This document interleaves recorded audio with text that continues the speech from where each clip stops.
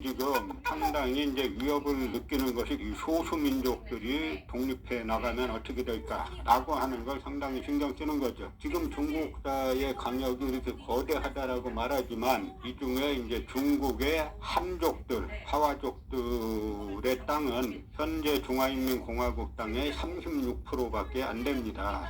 나머지 거의 64% 정도는 소수민족들의 역사 영역이기 때문에 중국에서는 이 문제를 가지고 아주 사활을 걸고 달려들고 있죠. 그래서 우리는 동북공정만 생각하고 있지만 동북공정만 있는 게 아니라 서북공정, 서남공정도 있어요. 그래서 이제 서북공정, 서남공정들은 뭐냐면 신강 위구르 지역들, 그 다음에 티베트 지역을 갖다가 자기네 나라 중국 역사로 이제 만드는 역사 왜곡 작업들인데요. 티베트 역사도 많이 왜곡하죠. 그러나 티베트 지금 망명 정부가 인도 다람살라에 있지 않습니까? 달라이라마를 수장으로 모시고 있는데 티베트 망명 정부는 중국의 역사 왜곡에 대해서 별로 걱정하지 않습니다. 티베트인들이 자기네 역사를 잘 알고 있고 그 다음에 티베트 정치사라는 책이 있고 전 세계에 흩어져 있는 티베트 역사학자들이 다들 중국의 역사 왜곡은 다 거짓말이다 라는 일치된 견해를 가지고 있기 때문에 별로 걱정하지 않는다는 거죠. 반면 우리는 어떻습니까? 우리는 일본의 역사 왜곡, 일본의 식민사학과 중국의 패권주의사 그리고 그를 추종하는 남한의 강단 식민사학이 한 몸이 돼가지고 우리 역사를 난도질하고 있는 상황이죠. 그러나 역사라는 것은 후대 지금 역사학자들이 많은 왜곡을 하지만 실제 역사를 바라보면은 그렇게 쉽게 왜곡하기가 쉽지 않죠. 그래서 중국사와 한국사가 도대체 언제 갈라지느냐. 이 말을 이제 다시 말씀드리면 이 화와 중국에서 자기 자신들을 화라 그러죠. 그리고 이가 언제 갈라지는가 라고 하는 질문과 마찬가지죠. 그런데 중국사를 연구하는 사람들, 한국뿐만 아니라 이 중국사를 연구하는 사람들의 고민은 뭐냐면 이 이는 실체가 많은데 화는 실체가 없다는 거예요. 그래서 제가 중국 상고사를 연구하는 학자들의 책을 꽤 봤습니다만 이 화가 어디서 시작했는지 똑부러지게 얘기하는 학자가 한 명도 없어요. 물론 설명하는 학자들은 있죠. 뭐라고 설명하냐면 예전에 이제 북경대 대리 총장이었고 나중에 국공내전 때 국민당을 선택해서 대만으로 간 그 부사년이라는 저명한 학자가 있습니다. 이 부사년이 말한 것은 이하 동서설이란 건데요. 이하 화를 갖다가 중국은 하나라에서 따가지고 하라고도 하죠. 그래서 이하 동서설.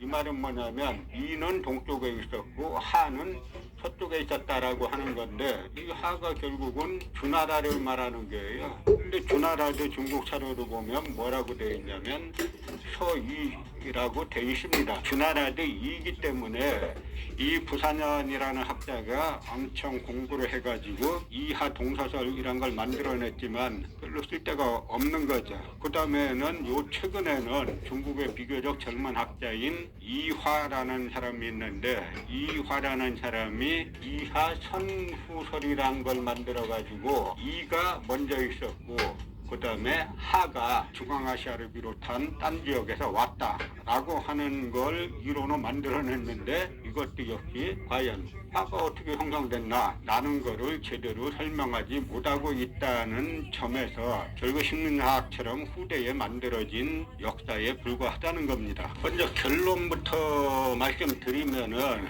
나중에 이제 이가 밀려가지고 이동을 하게 되는데 그 이동하는 지역이 어디냐면 이 중국 지형을 보면 이 지역이 바로 연산산맥이고 여기가 태양산맥인데 요 내부까지는 요 안쪽은 중국사의 역사고 이후로 연산산맥 이쪽은 이제 이의 역사가 되는 것이 여기가 말하자면 화의 역사고 여기가 이의 역사가 되는 것이 한국사와 중국사의 나중에 갈라져 나가는 그런 부분이죠. 그런데 이 이 양사영이라는 중국의 그 유명한 고고학자가 있어요. 전야 고고학의 아버지라고 불리는 사람인데요. 그 미국의 이제 하버드 대학 대학원에서 이 고고학을 전공했죠. 그 이전까지만 해도 중국도 주로 유럽이나 미국에서 고고학을 공부한 사람들이 와가지고 발굴 작업을 주도했는데, 이 양사영이 하버드 대학원에서 공부하고 돌아와가지고 거기에서 배운 거 가지고 발굴 작업을 했죠. 그래서 중국